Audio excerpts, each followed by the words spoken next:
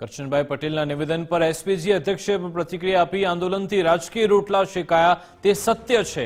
SPG અધ્યક્ષે કહ્યું કે સવર્ણ સમાજના કેટલાય લોકોને નોકરી મળી, મોટાભાગના લોકો નેતા બન્યા છે। દાદાની વાત પણ સાચી છે, સમાજનો ક્યાંક વિશ્વાસ પણ તૂટ્યો છે। વિદેશ ભણવા જવા માટે કેટલાયને સહાય મળી, સમાજના દીકરાને સરકારી લાભ મળે છે તે ફાયદો થયો છે।